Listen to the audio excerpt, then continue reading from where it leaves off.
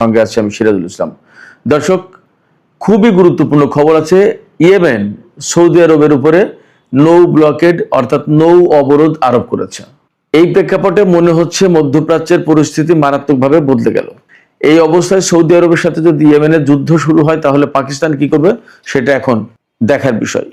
এদিকে ইরানের president Masoud Pezeshkian তিনি পরিষ্কার ঘোষণা দিয়েছেন যে আমেরিকার সাথে মূলত ইরান এখন ফুল স্কেল অর্থাৎ পূর্ণাঙ্গ যুদ্ধের ভেতরে রয়েছে এবং এই যুদ্ধের প্রেক্ষাপটে দেশের জনগণকে যে কোনো পরিস্থিতির জন্য প্রস্তুত থাকার কথা বলেছে। এদিকে ওয়াশিংটন পোস্ট, আমেরিকার খুব প্রভাবশালী পত্রিকা, সেই পত্রিকা বলছে যে আমেরিকা এবং ইরান একেবারে পূর্ণাঙ্গ যুদ্ধের দ্বার প্রান্তে। এদিকে আজকে ইরানের আইআরজিসির নৌ ইউনিট অর্থাৎ নৌবাহিনী বাহরাইন এবং কুয়েতে 3 দফা হামলা চালিয়েছে। এই হামলাগুলো মার্কিন নৌবাহিনীকে লক্ষ্য করে 2 দিন আগে যে বলেছিল সেই ঘোষণা সম্ভবত বাস্তবায়ন শুরু হয়েছে। এপাশে দক্ষিণ কোরিয়া মধ্যপ্রাচ্য থেকে তাদের সমস্ত নাগরিকদের সরে যেতে বলেছে, চলে যেতে বলেছে। এদিকে ভারতের পক্ষ থেকে বলা হয়েছে তাদের কোনো নাগরিক যেন এই মুহূর্তে ইরান সফর না করে, অর্থাৎ ইরানে যাওয়া নিষেধ। তার মানে দাঁড়াচ্ছে পরিস্থিতি খুবই খারাপ।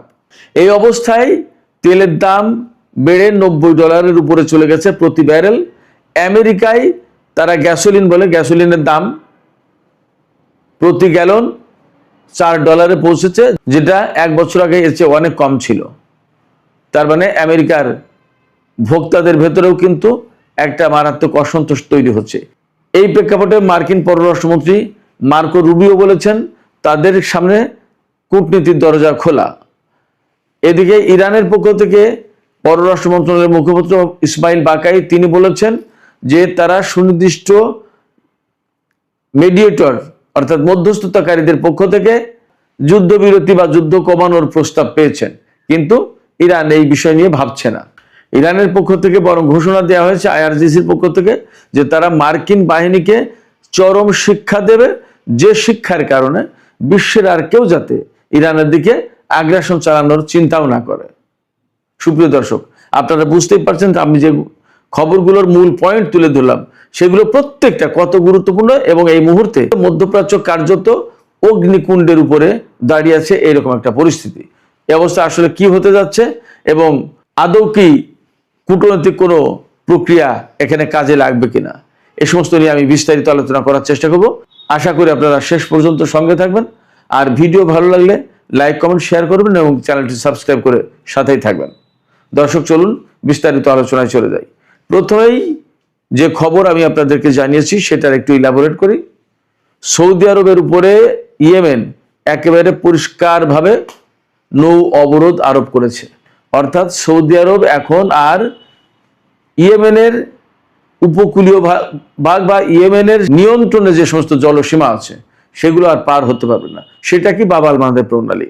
এখানে আমাদের অনেকের প্রশ্ন আসতে পারে যে সৌদি আরব বাব আল মানদেব প্রণালী ব্যবহার করে কিনা।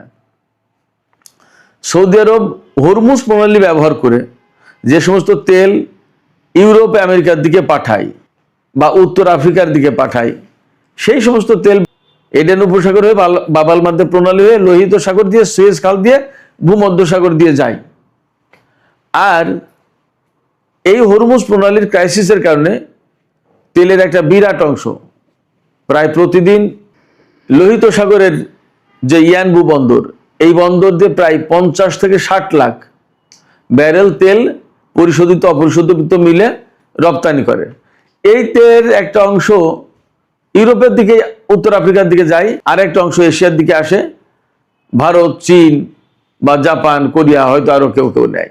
তো সেক্ষেত্রে এই হরমুজ প্রণালী ব্যবহার করে তেল পাঠালেও অথবা ইয়ানবু বন্দর ব্যবহার করে তেল পাঠালেও বাব আল মানদেব প্রণালী ব্যবহারের কিন্তু প্রশ্ন আসে। অর্থাৎ বাব আল মানদেব প্রণালী দিয়ে প্রতিদিন সৌদি আরব যে পরিমাণে তেল এখন পরিবহন করে বা রপ্তানি করে তার মূল্য প্রায় প্রতিদিন 52,000 কোটি টাকা। ফলে সৌদি আরবের উপর যখন ইয়েমেনের হুতিরা নৌ ব্লকেড আরোপ করছে, নৌ অবরোধ আরোপ করছে, তখন কিন্তু সৌদি আরব মারাত্মক সংকটে পড়ে যাবে। ওপাশে হরমুজ প্রণালী দিয়ে সংকট, এপাশে বাব আল মানদেব প্রণালী দিয়ে সংকট। অতএব সৌদি আরব কিন্তু বড় রকমের সংকটে পড়ে গেল। এখন প্রশ্ন আসতে পারে ইয়েমেনের হুতিরা কেন সৌদি আরবের উপরে এই নৌ অবরোধ আরোপ করলো? আপনারা সবাই জানেন, কিছুদিন আগে ইরানের সর্বোচ্চ নেতা, শহীদ সর্বোচ্চ নেতা আলী খামেনির জানাজা এবং দাফন অনুষ্ঠানে ইয়েমেনের কিছু লোক গিয়েছিল। তাদেরকে ইরানের বিমান ইয়েমেন থেকে ইরানে নিয়ে গিয়েছিল এবং ইরান থেকে ইয়েমেনে ফেরত দিয়েছিল। আপনারা সবাই হয়তো জানেন, আমি বলেছি, তারপরে আজকে জাস্ট উল্লেখ করছি প্রেক্ষাপটটা কি। যেদিন ইয়েমেনের লোকজনকে ইরান থেকে ইয়েমেনে নিয়ে গেছে, সেদিন কিন্তু সানা আন্তর্জাতিক বিমানবন্দরে সৌদি আরব বোমা বর্ষণ করেছে। ফলে ইরানের বিমান সেখানে নামতে পারেনি, নেমেছিল আল হুদাইদা বিমানবন্দরে। ইয়েমেনের উপরে আজ 12 বছর ধরে নৌপথে, আকাশপথে এবং স্থলপথে সব পথে অবরোধ আরোপ করে রেখেছে সৌদি আরব ইয়েমেনের উপরে। 2021 সালে যুদ্ধবিরতি হলেও এখন সৌদি আরবের সাথে ইয়েমেনের যুদ্ধ না থাকলেও এই অবরোধ কিন্তু তারা তোলেনি। ইরান এই বিমান পাঠিয়ে এক ধরনের অবরোধ ভাঙার চেষ্টা করেছে অথবা ওই প্রয়োজনটা মিটিয়েছে, কিন্তু ইরানের বিমান নামতে দেবে না সানা বিমানবন্দরে বলে সেই বিমানবন্দরে সৌদি আরব হামলা চালিয়েছিল। আর যেদিন ইয়েমেন থেকে ওই সমস্ত লোকজনকে আনতে গিয়েছিল ইরান বিমান পাঠিয়ে, তখন ইরানের বিমানে হামলা চালাবে বলে সৌদি আরব যুদ্ধ বিমান আকাশে উড়িয়েছিল। সেদিন ইয়েমেনের হুতি সমর্থিত সামরিক বাহিনী ক্ষেপণাস্ত্র মেরে সৌদি আরবের বিমানকে তাড়িয়ে দিয়েছিল। তার মানে সৌদি আরব ইয়েমেনের উপরে শত্রুতা বন্ধ করেনি। এই যে শত্রুতা বন্ধ করেনি, এই কারণে ইয়েমেন এখন দেখছে যে বাব আল মানদেব প্রণালী ব্যবহার করে প্রতিদিন সৌদি আরব বিপুল পরিমাণে তেল রপ্তানি করে, অথচ তারা তাদের বন্দর, আকাশপথ কোনো কিছু ব্যবহার করতে পারছে না। এই জায়গা থেকে তারা এখন সৌদি আরবের উপরে অবরোধ আরোপ করে দিল। ইরানের বিমান যাওয়ার পরে যদি সৌদি আরব সেখানে এরকম হামলার ঘটনা বা যুদ্ধ বিমান উড়িয়ে হামলার চেষ্টা না করত, তাহলে হয়তোবা ইয়েমেনের হুতিরা, ইয়েমেনের হুতি সমর্থিত সরকার এই পদক্ষেপ নিত না। কিন্তু এখন তারা দেখেছে যে সৌদি আরব যখন সেই শত্রুতাই করে যাচ্ছে, তাহলে আমাদের প্রণালী ব্যবহার করে সৌদি আরব এটা তেল পাঠাতে পারবে না, নৌ অবরোধ আরোপ করে দিল। তার মানে এখন পরিস্থিতি যা দাঁড়ালো, তাতে ইয়েমেন এবং সৌদি আরবের ভেতরে প্রচন্ড রকমের যুদ্ধ লেগে যেতে পারে। যদি যুদ্ধ না লাগে তাহলে তো ভালো কথা, আর যদি যুদ্ধ লাগে তাহলে কি দাঁড়াবে? তাহলে পাকিস্তানে কিন্তু জড়িয়ে পড়ার একটা প্রশ্ন থাকতে পারে, জানি না কি হবে। কারণ পাকিস্তানের সাথে সৌদি আরবের নিরাপত্তা চুক্তি আছে। এপাশে আমি আর একটা খবর দেখলাম আল জাজিরাতে, যে ডোনাল্ড ট্রাম্প প্রশাসন এবং সৌদি আরব তারা দুইজন সম্মিলিতভাবে ইয়েমেনের বিরুদ্ধে যুদ্ধ শুরু করতে পারে এমন আশঙ্কা রয়েছে। তার মানে মধ্যপ্রাচ্যের পরিস্থিতি ভিন্ন মাত্রা পেল এবং আরো বেশি উত্তপ্ত হয়ে উঠল। এপাশে ইরানের প্রেসিডেন্ট মাসুদ পেজেশকিয়ান তিনি কিন্তু পরিষ্কার ঘোষণা দিয়েছেন যে ইরান এই মুহূর্তে পূর্ণাঙ্গ যুদ্ধের ভেতরে রয়েছে এবং যুদ্ধের ভেতরে থাকলে দেশের নাগরিকদের জন্য অনেক দুঃখ, ক্লেশ, হতাহতের ঘটনা অনেক কিছু ঘটতে পারে। এই পরিণতির জন্য, যে কোনো সুবিধা অসুবিধার জন্য যাতে ইরানের জনগণ প্রস্তুত থাকে, তিনি সেই আহ্বান জানিয়েছেন। এপাশে IRGC, ইরানের যে বিপ্লবী গার্ড বাহিনী, তারা কিন্তু ঘোষণা দিয়েছেন যে তারা কোনো মতেই এখন আর আমেরিকার সাথে কোনো আপোষ সফায় যাবে না। আমেরিকাকে বরং এমন শিক্ষা দেবে, যুদ্ধের ভেতর দিয়ে এমন শিক্ষা দেবে যে শিক্ষার প্রেক্ষাপটে আমেরিকা সহ পৃথিবীর আর কোনো দেশ যাতে ইরানের দিকে আগ্রাসন চালানোর সাহস আর না পায়, এই শিক্ষাটা দিতে চায়। এটা তাদের অঙ্গীকার, যার কারণে তারা আর কোনো আলোচনায় যেতে চায় না। এবং এখানে তারা উল্লেখ করেছে যে আমরা আমাদের সর্বোচ্চ নেতার যে নির্দেশনা, গাইডলাইন এবং তিনি যে মনোভাব বা চিন্তাভাবনা লালন করেন, ধারণ করেন, এই চিন্তাভাবনা এবং মনোভাব এবং তার অর্থাৎ সর্বোচ্চ নেতার গাইডলাইন, দিক নির্দেশনাকে সামনে রেখে IRGC কাজ করবে। তার মানে দাঁড়াচ্ছে ইরানের পক্ষ থেকে সহজে আর কূটনৈতিক আলোচনায় বা ওই যে যুদ্ধবিরতির খেলা, এই যুদ্ধবিরতির খেলায় সম্ভবত ইরান আর যাচ্ছে না। এবার সে আমেরিকার খুব প্রভাবশালী পত্রিকা, আপনারা সবাই হয়তো জানেন, ওয়াশিংটন পোস্ট। এই ওয়াশিংটন পোস্টের একটা রিপোর্টে বলা হচ্ছে যে আমেরিকা এবং ইরান একেবারে পূর্ণাঙ্গ যুদ্ধের দ্বার প্রান্তে পৌঁছে গেছে। তার মানে যে কোনো মুহূর্তে একদম ফুল স্কেল ওয়ার শুরু হয়ে যেতে পারে, পূর্ণাঙ্গ যুদ্ধ শুরু হয়ে যেতে পারে।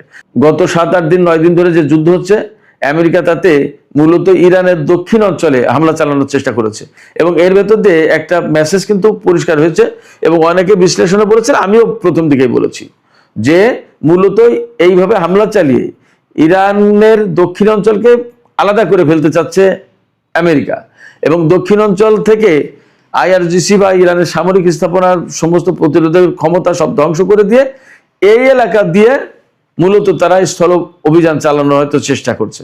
কিন্তু বাস্তবতা হচ্ছে যে ইরান তাদের প্রস্তুতি এবং তাদের কৌশল এবং তাদের চিন্তাভাবনা সমস্ত সবকিছু খেয়াল রেখেছে এবং তারা এ বিষয়ে নিজেদেরকে প্রস্তুত রেখেছে।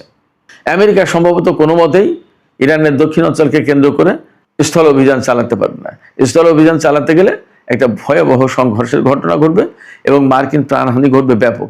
এবং আপনারা খেয়াল করেছেন মনে হয় গত 2-3 দিনে যে যুদ্ধ হয়েছে তাতে ইরানের হামলায় আমেরিকার ব্যাপক ক্ষয়ক্ষতি হয়েছে। খোদ নিউ ইয়র্ক টাইমস, আপনারা সবাই জানেন যে খুবই প্রভাবশালী পত্রিকা, এই পত্রিকার রিপোর্টে বলা হয়েছে যে ইরান জর্দানের যে হামলা চালিয়েছে তাতে কয়েক ডজন সেনা আহত হয়েছে এবং বেশ কিছু সংখ্যক ব্ল্যাক হক হেলিকপ্টার ধ্বংস হয়েছে। 4 জন সেনা মারা গেছে, আমেরিকার সরকার তো স্বীকারই করেছে।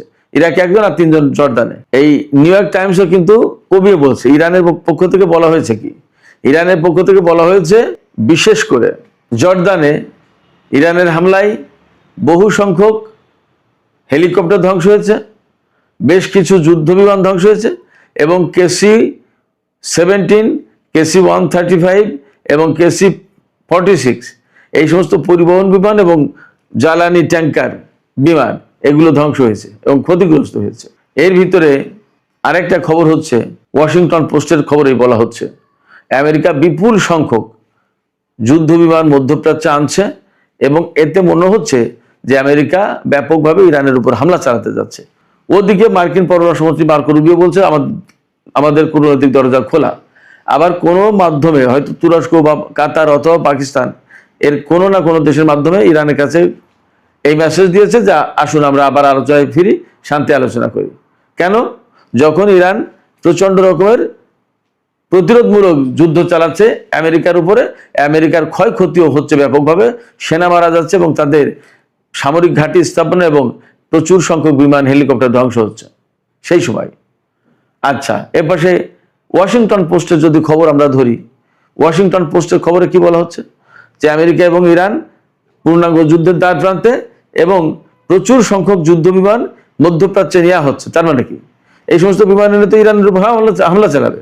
ঠিক সেই মুহূর্তে আবার ইরানকে কূটনীতির আলোচনার ফাঁদে ফেলার চেষ্টা করছে। তারা এমন মেসেজ দিতে চায় যে আমরা এই মুহূর্তে যুদ্ধ কমাতে চাইছি, অথচ ভেতরে ভেতরে যুদ্ধের প্রস্তুতি নিচ্ছে, প্রচুর সংখ্যক বিমান আনছে। এই হয়েছে আমেরিকার পরিস্থিতি এবং ইরানও সম্ভবত প্রত্যেকটা ব্যাপারে সতর্ক আছে, যার কারণে তারা এই মুহূর্তে আমেরিকার সাথে কোনো শান্তি আলোচনায় যাবে বলে মনে হচ্ছে না। এবার আমি ইয়েমেনের যে ব্লকেড সৌদি আরবের উপর, এই ব্যাপারে আমি আর একটা বিকল্প আলোচনা করি। সেটা হচ্ছে এই যে এই মুহূর্তে আমেরিকা ইরানের বিরুদ্ধে চরমতম লড়াই যাচ্ছে বলে মনে হচ্ছে, আমার কাছেও মনে হচ্ছে। যদি তাই হয় তাহলে কি দাঁড়াচ্ছে, তাহলে ওই বাব-আল মানদেব প্রণালী লোহিত সাগর আমেরিকার ব্যবহার করার প্রশ্ন আছে। কিন্তু লোহিত সাগর এবং বাব-আল মানদেব প্রণালী পার হয়ে ভারত মহাসাগর, আরব সাগর, ওমান উপসাগর এইদিকে আমেরিকার যুদ্ধ জাহাজ কিন্তু আনার প্রশ্ন আছে। তাদের রসদ, তাদের সেনা, গোলা বারুদ, ক্ষেপণাস্ত্র অনেক কিছু আনার প্রশ্ন আছে। সেক্ষেত্রে যদি বাব-আল মানদেব প্রণালী হুতিরা বন্ধ করে দেয় এখন, তাহলে আমেরিকা কিন্তু ওই কাজটা করতে পারবে না। সেক্ষেত্রে সৌদি আরবের উপর নৌ ব্লকের সৃষ্টি করে এক ঢিলে কিন্তু 2 পাখি মারার ব্যবস্থা করলো ইয়েমেনের হুতিরা। এখন এই জায়গায় আর একটা প্রশ্ন আছে, যদি ইয়েমেনের পক্ষ থেকে নৌ ব্লকেট দেওয়ার পর সৌদি আরব ইয়েমেনের বিরুদ্ধে যুদ্ধ শুরু না করে এবং পাকিস্তান যদি জড়িয়ে না যায়, তাহলে ধরে নিতে হবে যে আমেরিকাকে আটকে দেওয়ার জন্য মূলত সৌদি আরবের নামে এই নৌ ব্লকেট দিল ইয়েমেনের হুতিরা। বাকিটা দেখা যাক কি হয়। সুপ্রিয় দর্শক, এপাশে আমি একটু আগেই বলেছি যে পুরো মধ্যপ্রাচ্য থেকে দক্ষিণ কোরিয়া তাদের নাগরিকদের সরে যাওয়ার নির্দেশ দিয়েছে। আমি 2 দিন আগে খবর দিয়েছিলাম যে মধ্যপ্রাচ্য ছাড়ার জন্য মার্কিন নাগরিকদের আমেরিকা নির্দেশ দিয়েছে, মধ্যপ্রাচ্যের সব দেশ। এখন আজকে দক্ষিণ কোরিয়া এবং একই সাথে ভারতের যে কাহিনী আছে সেটা হচ্ছে ভারত ইরানে তাদের নাগরিকদের সফর নিষিদ্ধ করেছে। তার মানে ধরে নেওয়া যায় যে আমেরিকা খুব দ্রুত অল্প সময়ের ভিতরে ইরানের বিরুদ্ধে ব্যাপক যুদ্ধ শুরু করবে। সেখানে ভারতের কাছে মেসেজ আছে, ভারত তার নাগরিকদের সতর্ক করেছে। তো সামগ্রিক যে সমস্ত কর্মকাণ্ড, যে সমস্ত তৎপরতা, যে সমস্ত ভাবসাব আলাপ আলোচনা যা দেখছি তাতে মোটামুটিভাবে খুব অল্প সময়ের ভিতরে আবার ইরান আমেরিকা পূর্ণাঙ্গ যুদ্ধ শুরু হতে পারে। এবং এই যুদ্ধ যদি শুরু হয় তাহলে আমার কাছে মনে হচ্ছে আগের যুদ্ধের চেয়ে ভয়াবহ পরিস্থিতি হবে এবং মধ্যপ্রাচ্যে অনেক বড় রকমের একটা সংঘাত সৃষ্টি হবে। এই সংঘাতে সম্ভবত ইরানে যে সমস্ত আঞ্চলিক মিত্র ফোর্স রয়েছে, ইরাক, সিরিয়ায়, লেবাননে, ফিলিস্তিনে, ইয়েমেনে, এর প্রত্যেকেও সম্ভবত জড়িয়ে যেতে পারে যদি পূর্ণমাত্রার যুদ্ধ শুরু করে আমেরিকা। তো সুপ্রিয় দর্শক, এখনকার আলোচনা শেষ করব। আলোচনা শেষের আগে এই কথাই বলি যে মধ্যপ্রাচ্যের পরিস্থিতি আসলে যে কোনো সময় চেয়ে এখন অনেক বেশি খারাপ। এই পরিস্থিতিতে হরমুজ প্রণালী তেল পরিবহনের মাত্রা অনেক কমে গেছে। আন্তর্জাতিক বাজারে তেল এবং গ্যাসের দাম বেড়ে গেছে। খোদ আমেরিকায় প্রতি গ্যালন তেলের দাম অন্তত $4। সেক্ষেত্রে আমেরিকা যেমন চাপে তেমনি মধ্যপ্রাচ্য চাপে ইরানও। প্রত্যেকে যুদ্ধ পরিস্থিতিতে কেউ খুব রিল্যাক্স থাকতে পারে না, মুক্ত থাকতে পারে না। এই পরিস্থিতিতে আমরা প্রত্যাশা করি না যুদ্ধ হোক,